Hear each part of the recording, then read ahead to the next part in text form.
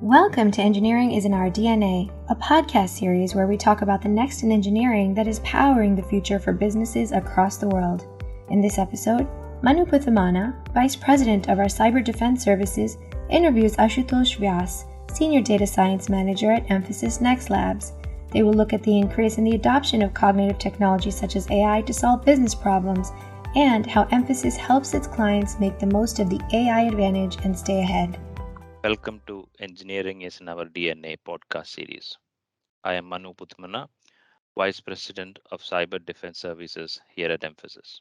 I am joined by my friend and colleague Ashutosh Vyas, who is a senior manager data science and quantum computing at Mphasis. Today, we are going to talk about how artificial intelligence and machine learning can make your business more secure.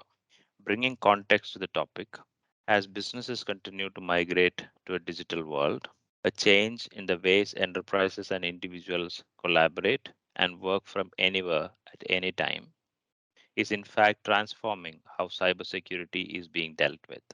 Few of the top spoken about challenges in the cybersecurity industry are explosion of security telemetry to be dealt with by the analyst, intelligence overload, lack of skilled professionals, lack of automation, and more importantly, a need for speed in responding to cyber threats. While almost all cybersecurity tools today apply AI and ML at the core of it for what they do, often the teams using these tools are fully not cognizant of these capabilities. And there is a need for an overarching analytics to bring all these point solutions together and derive meaning at a larger context. With that in mind, this discussion is intended to get into some essential fundamentals of AI and ML for cybersecurity problem solving. With that, I invite my friend Ashutosh into this podcast. Thanks, Manu. Hi, I'm excited for this conversation. Okay, Ashutosh. So we have an interesting topic to discuss today. How do you think AI can be leveraged to make businesses more secure? AI and machine learning play a very critical role in cybersecurity and information security space. And the importance of machine learning and AI has increased in this past few years because of a couple of reasons.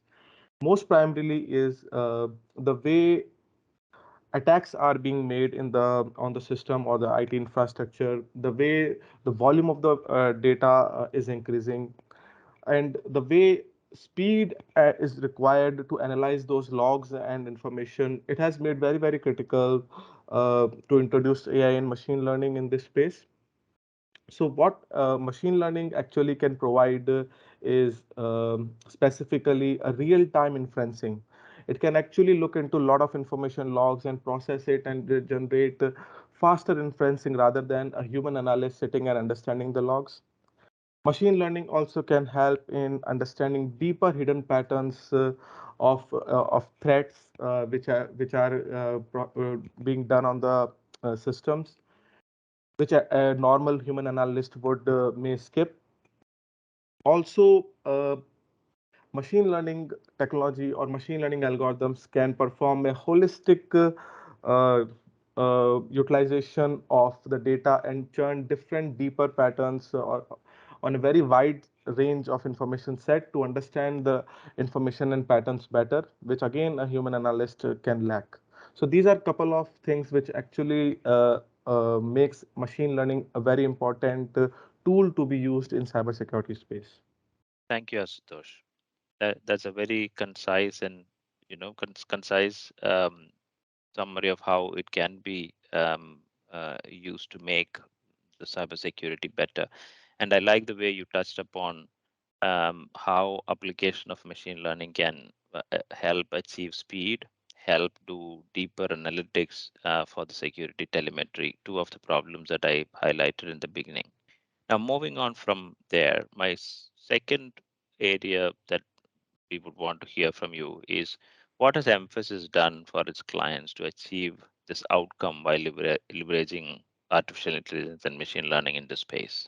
In cybersecurity, scenarios. The problem is the way a system is exploited or the infrastructure is exploited is uh, humongous and vivid in nature. There are a lot of fraudulent attempts which are not known as a historical information, and they come as a surprise to the system.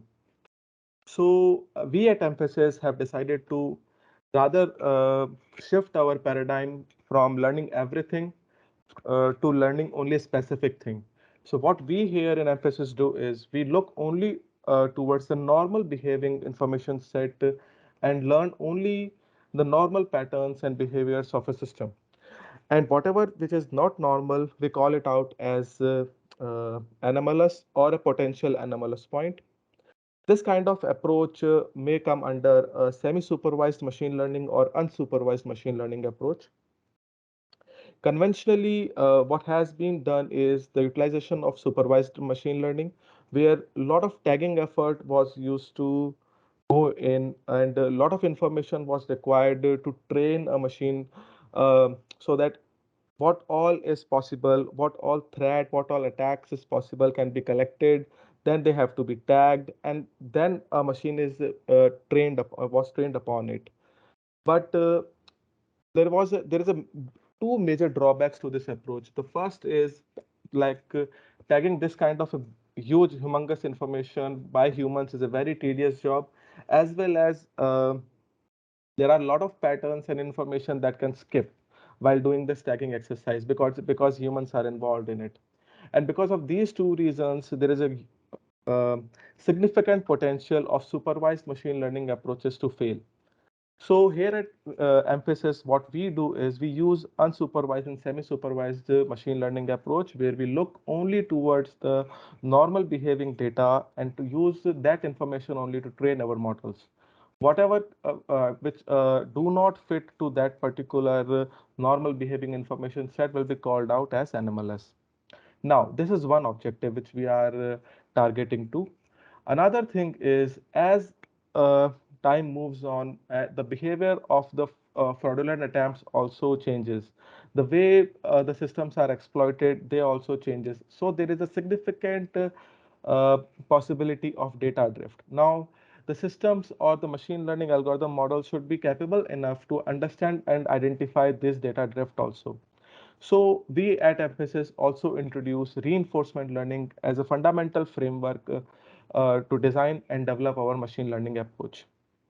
We look at certain KPI parameters which are specific to the performance of the machine learning algorithm, and we'll also observe how the data drift is happening. If we observe that the KPI parameters are falling beyond a certain target, then a reinforcement engine is initiated, which will identify the drift, understand the new coming behavior, and retrain the model. Now, this is a second part to it. Now, there is a more important component which is explainability. Now, once a machine learning algorithm is taking a decision, who is going to validate it? Either it is considered as a black box, or are we giving any explanation to the decision the machine learning is making? It in the cybersecurity space, it is very important to give a explanation of a certain decision. So here at Mphasis, we also leverage explainable AI. It is a domain of artificial intelligence which try to make an explanation around a decision a machine learning algorithm is making. This kind of methodology helps the analyst to understand how the machine learning algorithm is making decisions and whether those decisions are in line with the domain understanding, so that an analyst can actually go ahead and flag it or approve the decision what machine is making, or can take a decision on retraining of the algorithm based upon the explainability the machine is showing on top of it. The combination of all these three types of tools which we are bringing in with our AI/ML solution makes our solution robust and applicable to a wide domain and space. Thank you, Ashutosh. So you touched upon supervised, unsupervised learning, and you also discussed about data drift and how do we deal with that, especially in the unsupervised learning models. And explainability, I believe, from the way you explained it, becomes a key aspect in the cybersecurity domain, where analysts get to know how a particular conclusion was made by the machine, so that the further training or further drift correction and those things can be done. Am I right? Yes. Thank you. So, Ashutosh, as organizations try adopting AI or ML based solutions to cyber problems, either by developing some of their own capability or looking at the suitable products, um, what features of AI should companies pay special attention to? So, while developing an AI solution, companies should pay attention to couple of things, starting from the, the new age algorithms in cybersecurity space should come from a unsupervised or semi-supervised space of algorithms. That is, they should look towards a certain information set only and build their design according to that, rather than collating and collecting the entirety of the information available in historical data to design the algorithm.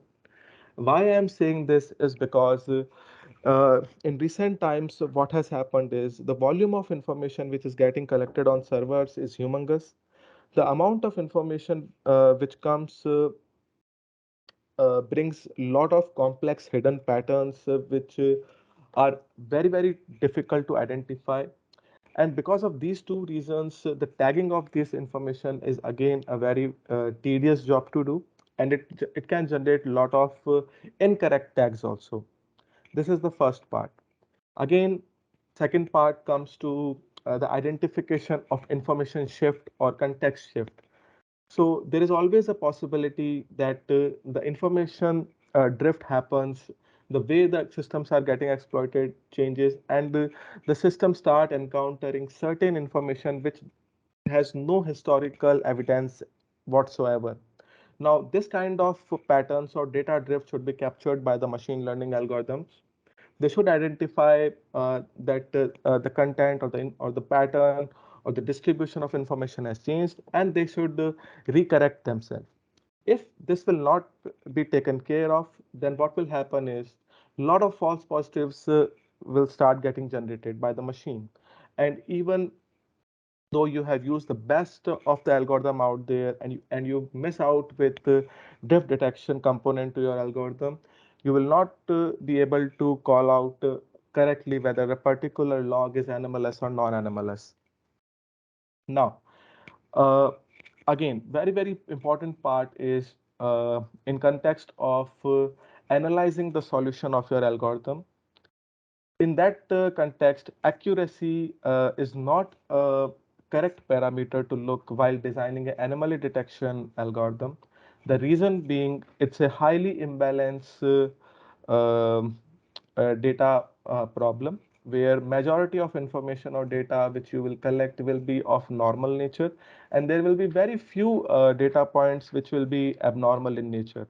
So if you will only look at the accuracy as a parameter, then it will always be towards the higher side of it, like 95% or 96% or so.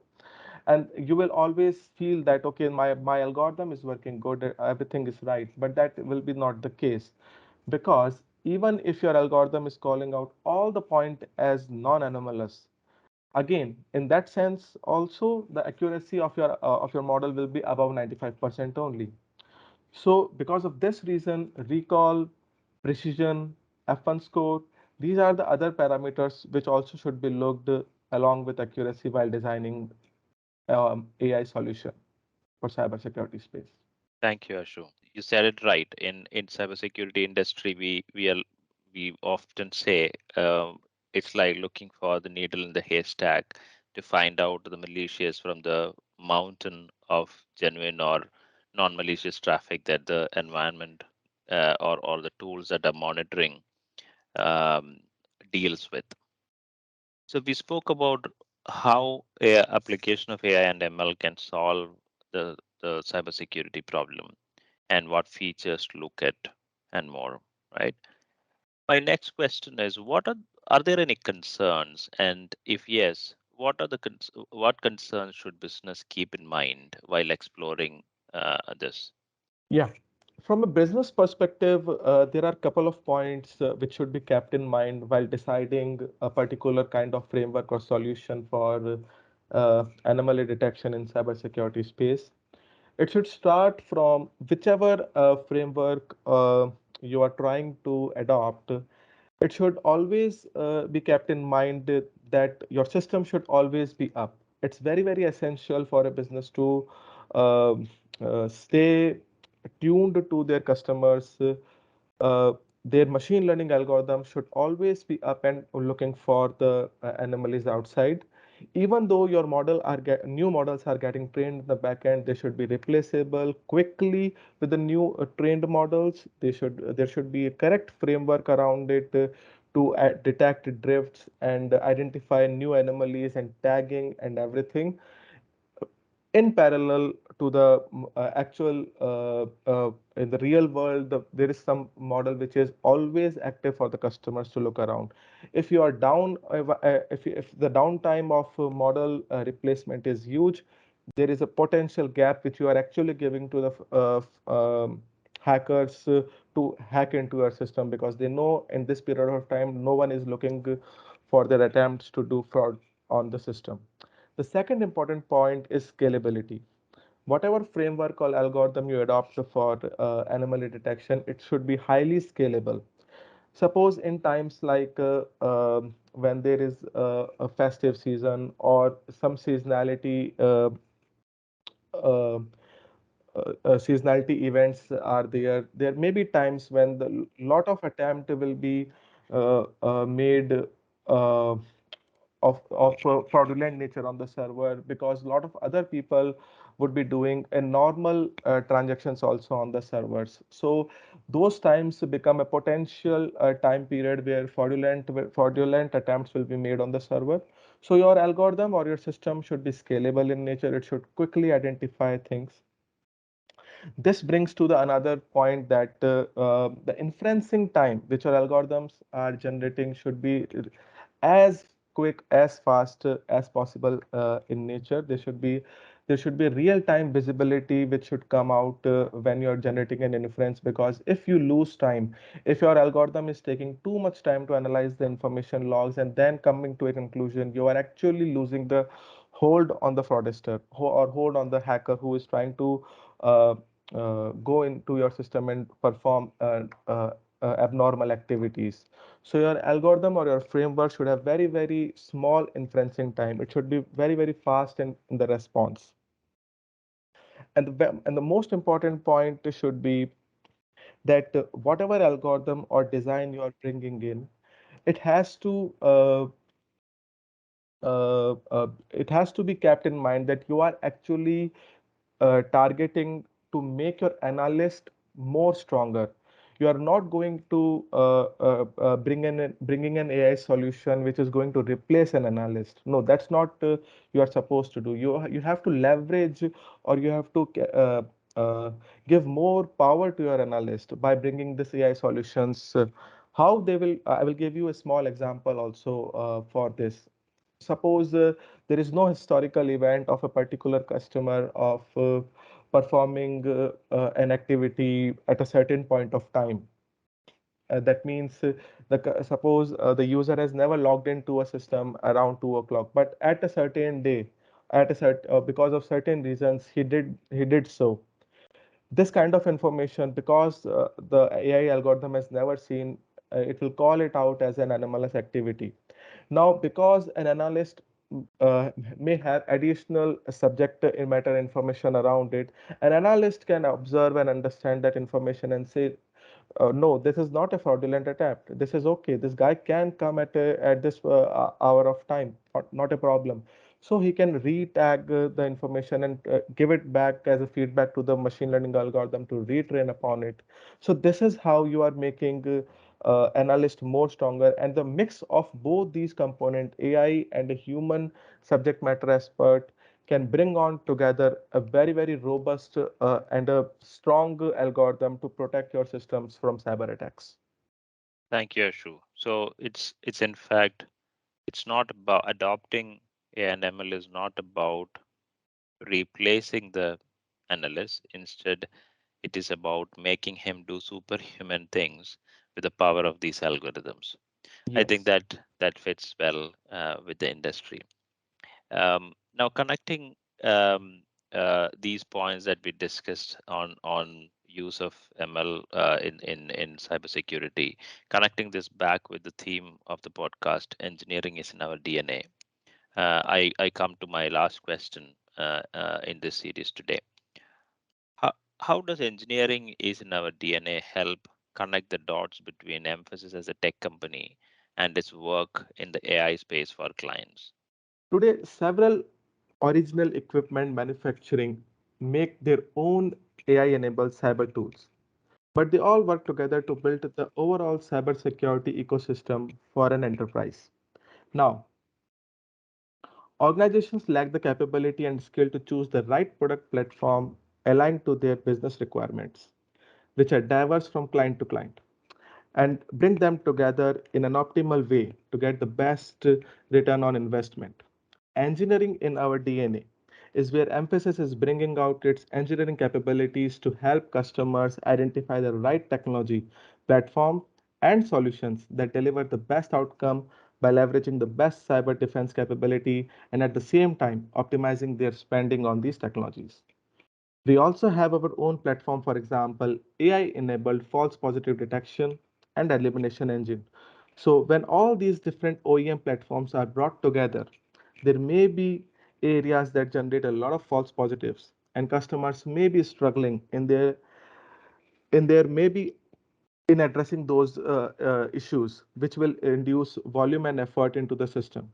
We also have our own platforms, for example, AI-enabled false positive detection and elimination engines. So when all these different OEM platforms are brought together, there may be areas that generate a lot of false positives, and customers may be struggling to addressing those which will induce volume and effort into the system.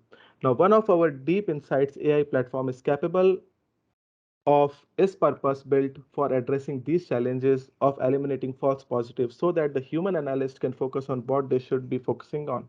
So essentially, engineering is in our DNA is about our ability to bring together all the technology platforms out there to help customers establish an optimum cyber defense at an optimum budget. Thank you, Ashutosh, for this insightful discussion. Thank Clearly, you. we are going to see a higher level of adoption of AI or machine learning in the cyber defense in the coming ways. That brings me to the end of this discussion. Thank you. Thank you, Manu.